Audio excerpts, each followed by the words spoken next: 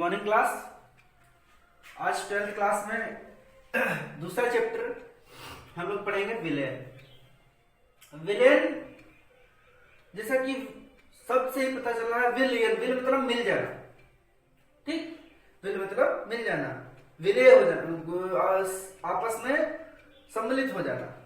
तो होता क्या है इसमें, जब दो या दो से अधिक शुद्ध पदार्थों का समान मिश्रण, जब दो या दो से अधिक शुद्ध पदार्थों का समान मिश्रण जिसमें सभी भागों का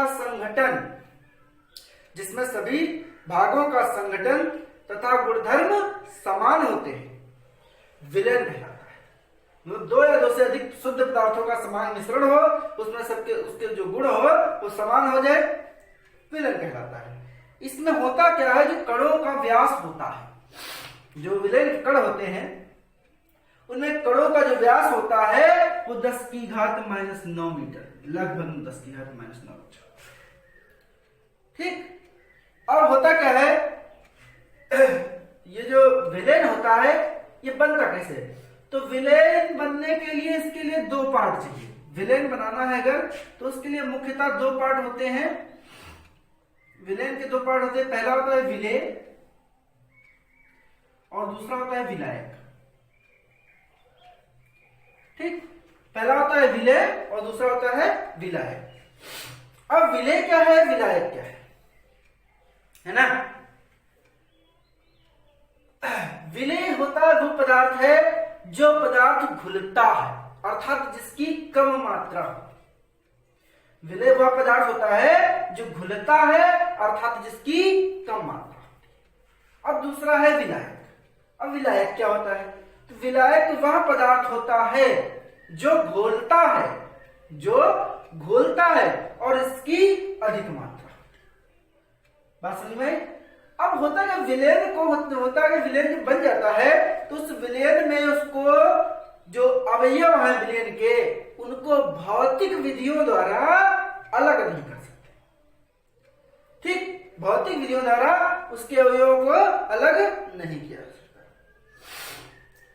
अब होता क्या है, विलेय और विलायक समझ में आया। अगला पॉइंट है ऐसा विलेन जिसमें विलायक में केवल एक विलेय घुला हो।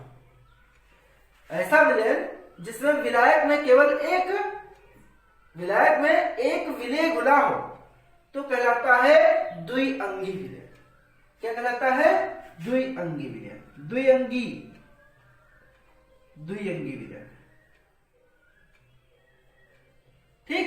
अगर विलायक हो, विलायक में एक ही विलेय हो, ठीक, एक विलेय हो और दूसरा विलायक दो ही लोग हों तो क्या हो गया? द्विअंगी। अब उसमें दो विलेय मिले हो, एक विलायक हो तो क्या हो जाएगा? त्रिअंगी हो जाएगा। मगर हमारे चैप्टर में जो विलेन चैप्टर है तुमको इस क्लास में पढ़ना सिर्फ द्विअंगी विलेय, ठीक। अब देखते हैं कैसे होता है। कैसे? मान लो ये हमने एक बीकर ले लिया और इसमें यहां तक जल भरा हुआ है। क्या भरा हुआ है? जल। अब इसमें हम कुछ मात्रा डालेंगे चीनी की, ठीक। तो चीनी की मात्रा डालेंगे, इसको घोलेंगे तो क्या बन जाएगा? शरबत। तो क्या है? द्विअंगी है भाई। चीनी कम मात्रा में है, जल अधिक मात्रा में है, ठीक। चीनी कम मात्रा में है और जल अधिक मात्रा में है तो ये द्विअंगी विलेन बन गया, है ना? तो ये क्या कहलाएगा? विलेन। बात समझ में आई? अब कुछ हम लोग एक और पॉइंट है जिसे हमने देखा होगा, सब कोई जरूरी नहीं सब जो है जल ही में सबको घोला जाए, है? इसके अलावा भी विलायक होते हैं ना? कौन कौन से होते हैं? जैसे होता है तुम्हारा कार्बन टेट्राक्लोराइड होता है, बेंजीन होता है, साइक्लोहेक्सेन होता है, ठीक। हेक्सेन का भी विलेन होता है। तो ऐसे विलेन भी लिए हो सकते हैं। तो ऐसे विलेन जिनमें जल के अतिरिक्त अन्य चीजें होती हैं, ऐसे विलेन जिसमें जल के अतिरिक्त अन्य चीजें होती हैं तो उसको कहते हैं आजलीय विलेन। बात समझ में आई? जहां पे जल ना हो तो उसे कहेंगे आजलीय विलेन, ठीक। ये तो था विलेन के कुछ गुण थे। अब बात कर लेते हैं कि विलयन के प्रकार। ठीक, तो विलायक और विलय की भौतिक अवस्थाओं के आधार पर विलयन के निम्नलिखित प्रकार हैं। तो विलयन जो होता है निम्नलिखित प्रकार के, जैसे मान लो 9 प्रकार के विलयन होते हैं, है ना। विलयन कितने प्रकार के होते हैं? 9 प्रकार के। ठीक, अब विलयन 9 प्रकार के होते हैं, तो कौन कौन से होते हैं? ये भौतिक अवस्थाओं के आधार पर 9 प्रकार के विलयन होते हैं। ठीक, भौतिक अवस्थाओं के आधार पर विलयन को 9 भागों में बांटा गया है। अब पहला जो है लिखा है, जो होता है ठोस और गैस। ठीक, ठोस का गैस में विलयन, भाई ठोस का गैस में विलयन पहला। तो जब विलयन में विलायक गैसीय अवस्था में हो, जब विलयन में विलायक गैसीय अवस्था में हो और विलय ठोस अवस्था में हो, तो ऐसी विलयन को, जब विलय में विलायक गैसीय अवस्था में हो और विलय ठोस अवस्था में हो, तो ऐसे विलयन को, ठीक, ऐसे विलयन को क्या कहते हैं? ठोस का गैस में। ठीक, इसके एग्जाम्पल क्या है? तो हमने क्या पहला पढ़ा? ठोस का गैस में विलयन, ठोस का गैस में विलयन। ठीक, तो हमने क्या बताया? जब विलायक गैसीय अवस्था में हो और विलय हमारा ठोस अवस्था में हो, तो कहलाएगा ठोस का गैस में विलय। इसका एग्जाम्पल क्या है? जिसे देखा होगा तुमने, एग्जाम्पल, पहला एग्जाम्पल आता है मोस्टली कपूर का नाइट्रोजन गैस में। जो कपूर है उसको नाइट्रोजन गैस में मिला दिया जाए। दूसरा है आयोडीन का वायु में, आयोडीन का वायु में। ठीक, ये देखो गैस है, ये भी गैस है, ये ठोस है, ये ठोस है। इसके बाद दूसरा आता है हमारा ठोस का गैस में, अब होगा द्रव का गैस में। ठीक, द्रव का गैस में। तो द्रव का गैस में मतलब इसमें होगा क्या कि जो हमारा विलायक है वो तो गैसीय ही है, अब इसमें जो विलय होगा वो द्रव होगा। ठीक, जैसे इसमें आता है क्लोरोफॉर्म। क्लोरोफॉर्म हमारा क्या है? द्रव अवस्था में। ये क्या है? द्रव है। अब क्लोरोफॉर्म किसमें मिला देते हैं? क्लोरोफॉर्म को मिला दे नाइट्रोजन गैस, या जलवाष्प, जलवाष्प को किसमें मिला दे? वायु में मिली होती है, तो ये क्या हो गया? द्रव का गैस में। इसके बाद तीसरा गैस का गैस में, गैस का गैस में। तो इसमें होता क्या है? गैस का गैस में मतलब ये है कि जब हमारा विलायक भी गैस है और विलय भी गैस है, जब हमारा विलायक भी गैस हो और विलय भी गैस हो, दोनों गैसीय अवस्था में हो, तो होगा गैस का गैस में विलय। इसका एग्जाम्पल क्या है? ऑक्सीजन को नाइट्रोजन में मिला दिया जाए। ठीक, या हमारी वायु जो है, वायु में अनेक गैसें होती है ना। वायु में अनेक गैसें मिश्रित है।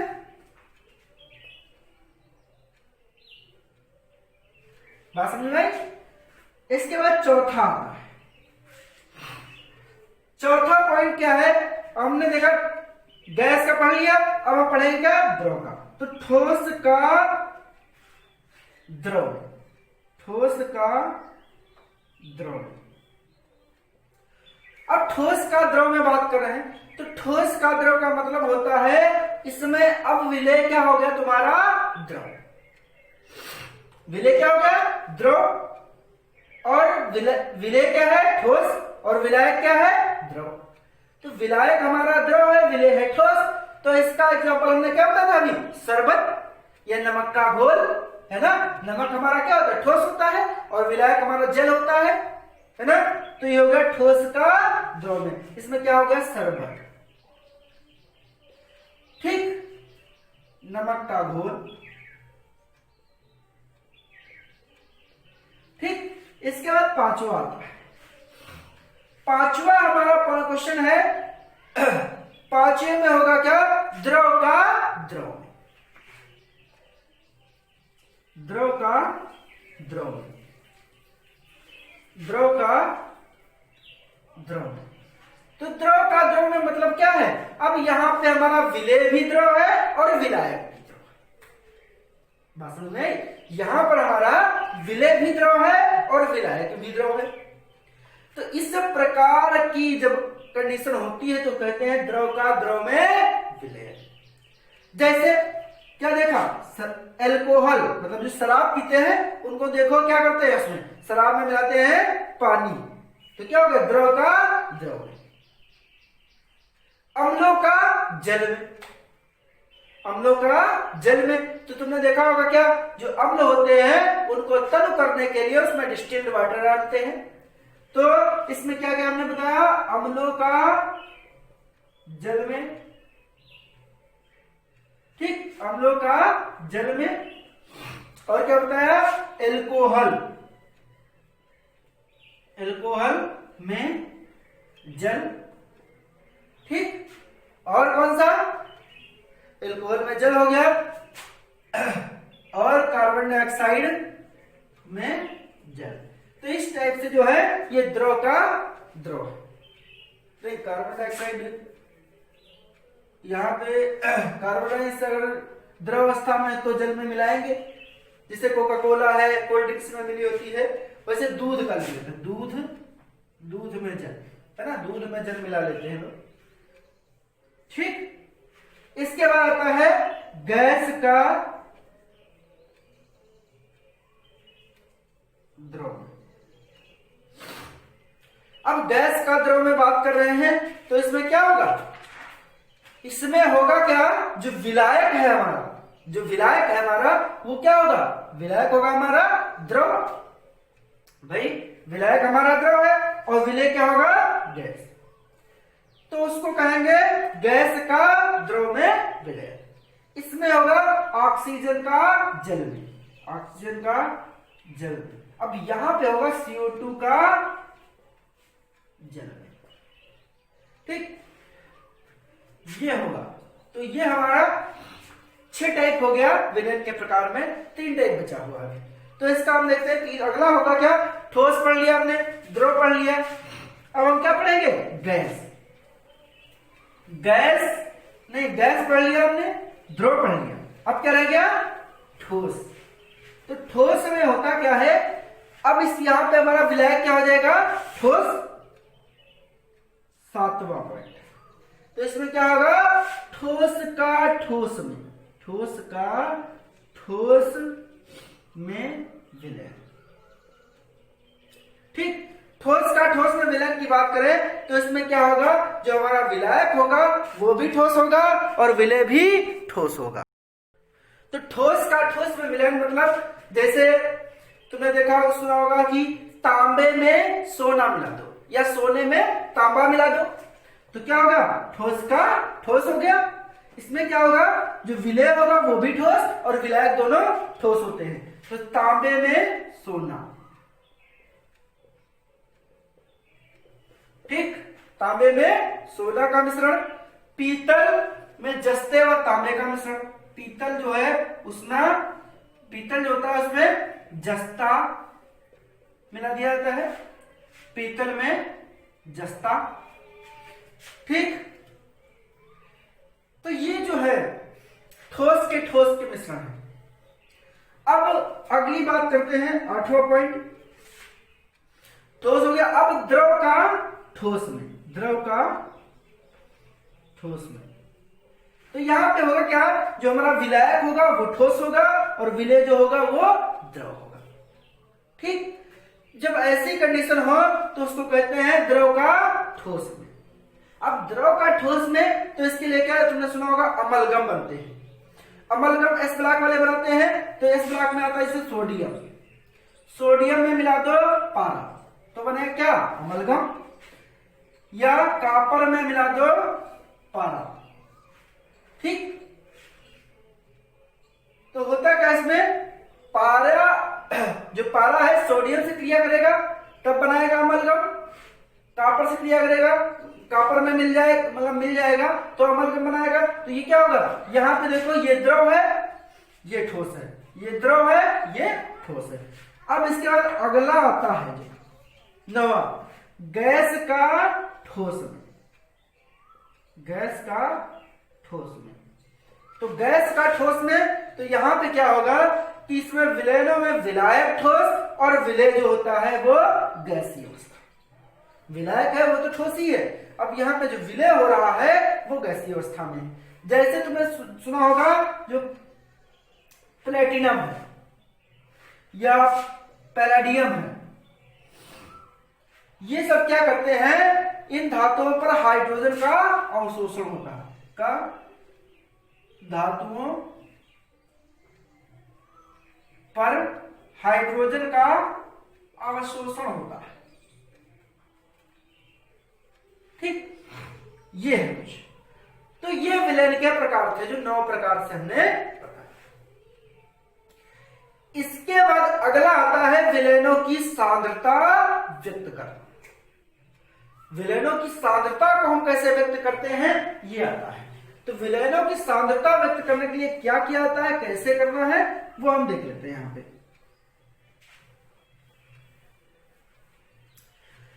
जो विलयन है उनकी सांद्रता को निम्नलिखित प्रकार से व्यक्त किया। इसमें कई विधियां हैं, तो हम धीरे धीरे एक एक करके जो है एक एक करके विधियों को पढ़ेंगे।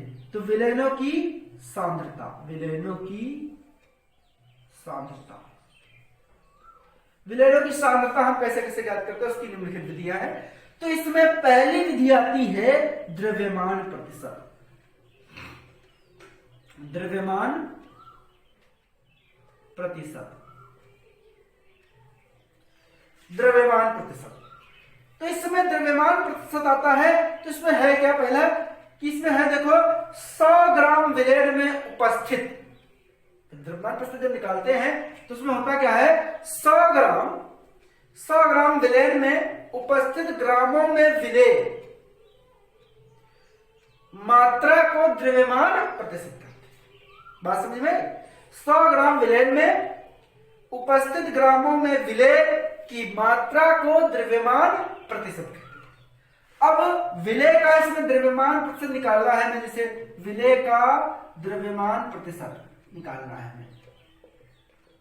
तो फार्मूला क्या होगा, इसमें होगा विलेय का द्रव्यमान, विलेय का द्रव्यमान बटे विलयन का द्रव्यमान इंटू 100। ठीक, इसको सही से लिखा अगर तो विलय का द्रव्यमान है तो स्मॉल w होगा, विलयन का द्रव्यमान है तो कैपिटल W होगा और इनटू में 100 होगा। इस तरह हम द्रव्यमान प्रतिशत की गणना करते हैं। बात समझ में आई? इस फार्मूले से हम द्रव्यमान प्रतिशत की गणना करते हैं। अब इसमें हम एक पहला क्वेश्चन ले लेते हैं। एक क्वेश्चन है 10 ग्राम सुक्रोज, 10 ग्राम सुक्रोज, 10 ग्राम सुक्रोज है, 10 ग्राम सुक्रोज को जल में घोला गया है, जल में घोला गया। ठीक, 10 ग्राम सुक्रोज को जल में घोला गया। कितने ग्राम जल में घोला गया? 100 ग्राम जल। ठीक, 10 ग्राम सुक्रोज को 100 ग्राम जल में घोला गया। अब विलयन में सुक्रोज का द्रव्यमान प्रतिशत निकालना है। विलयन में सुक्रोज का द्रव्यमान प्रतिशत, सुक्रोज का द्रव्यमान प्रतिशत निकालना है। ठीक, द्रव्यमान प्रतिशत ज्ञात करना है। तो इसमें दिया क्या है, 10 ग्राम है तो स्मॉल w का मान दिया है 10 ग्राम, कैपिटल W भी कितना दिया है 100 ग्राम। तो हमारा जो विलयन होगा उसका द्रव्यमान कितना होगा? विलयन क्या होता है? विलेय प्लस विलय, विलेय प्लस विलय। तो विलय कितना है 10 ग्राम, विलयन कितना है विलायक कितना है 100 ग्राम, तो टोटल कितना हो गया 110 ग्राम। बात समझ में आई? अब हमको इस फार्मूला में रख दे रहा है, आंसर आ जाएगा हमारा। तो क्या होगा, द्रव्यमान प्रतिशत बराबर होगा स्मॉल w इंटू 100 बटे कैपिटल W। तो स्मॉल w का मान कितना दिया है, स्मॉल w हमारा कितना है 10 ग्राम इंटू 100 और कैपिटल W कितना दिया है हमारा 110 ग्राम। ये कैंसिल हो गया, इसको जब भाग करेंगे तो आएगा 9 पॉइंट कुछ आएगा, 11×9 09 करके आएगा। ये हमारा द्रव्यमान प्रतिशत है। तो इस तरह से हम सभी क्वेश्चनों को सॉल्व करेंगे। ठीक, आज की क्लास में इतना ही, मिलते हैं नेक्स्ट क्लास में। Good bye class.